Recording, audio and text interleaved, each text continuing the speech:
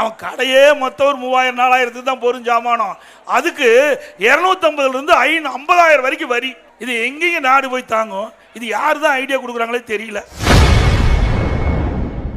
கிராமத்தில் கடை வைத்திருப்பவர்கள் லைசென்ஸ் வாங்க வேண்டும் என தமிழக அரசு அறிவித்துள்ளது குறித்து நேற்று சுற்றுப்பயணத்தில் முன்னாள் முதல்வர் எடப்பாடி பழனிசாமி கடுமையாக விமர்சனம் செய்துள்ளார். இன்னைக்கு தந்தி பேப்பர்ல வந்திருக்குது பாருங்க. தான் தந்தி பக்கம் முத பக்கத்திலேயே டீ கடை முதல் அனைவருக்கும் பொருந்தும். கிராம பகுதியில் தொழில் செய்வதற்கு லைசன்ஸ் கட்டாயம். டீ கடை இனிமேல் டீ கடை வச்சா கூட லைசன்ஸ் வாங்கணும். அதுக்கு எவ்வளோ லஞ்சம் கொடுக்கணும்? எத்தனை பேர்த்து போய் பார்க்கறது? பத்திரிகையில் வந்துருக்கு பாருங்க. நாங்கள் சொன்னால் பொய்யும்பாங்க. வேண்டுமெனே அதுக்கு ஒரு மந்திரி இருக்காங்க, சில மந்திரிக எடப்பாடி பழனிசாமி வேணுமெனே பொய்யா பேசுகிறாருப்பாங்க. அவர்கள் போட்ட ஜீவோ டீ கடை இந்த செலவு பெட்டி வச்சு நம்ம ஏதாவது வேசி கீசி சட்டை புடவை அயன் பண்ணனா அதுக்கு லைசன்ஸ் வாங்கணும். இந்த கொடுமை எங்காச்சும் உண்டா? நான் வர்ற வழியில் 2 நாளைக்கு முந்தி அங்கே புதுக்கோட்டை மாவட்டத்துக்கு போயிருந்தேன். அங்கே எல்லாம் சின்ன சின்ன ஒரு டென்ட்டு போட்டு முந்திரி பருப்பு வறுத்து வைக்கிறாங்க. அதுக்கு இனிமேல் லைசன்ஸ் வாங்கணும்.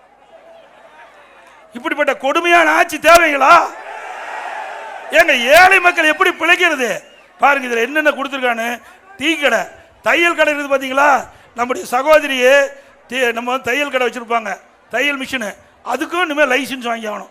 சலவை கடை, பெட்டி கடை, சின்ன சின்ன பெட்டி கடை கிராமத்தில் ரோட்டோரம் வச்சுருப்பாங்க. அந்த கிராமத்தில் பார்த்தீங்கன்னா பெட்டி கடை, அதுக்கும் லைசன்ஸ் வாங்கணும். அவன் கடையே மொத்தம் ஒரு 3000 4000 தான் போரும் ஜாமானம். அதுக்கு 250 50,000 வரைக்கும் வரி. இது எங்கேயும் நாடு போய் தாங்கும்? இது யார் தான் ஐடியா கொடுக்குறாங்களே தெரியல. இந்த முதலமைச்சருக்கு தான் ஒன்றுமே கிடையாது, ஒரு பொம்மை முதலமைச்சர். ஏங்க இப்படிப்பட்ட யாராச்சும் விடுவாங்களா?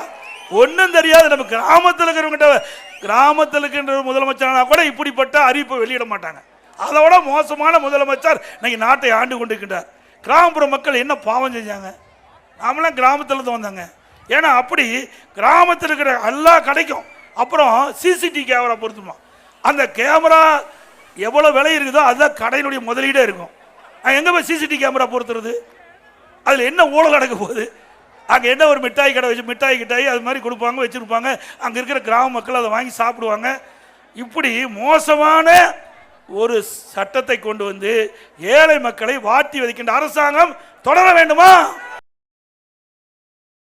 செய்திகளை உள்ளது உள்ளபடி தெரிந்து கொள்ள ரெஃப்ளெக்ட் நியூஸை சப்ஸ்கிரைப் பண்ணுங்க.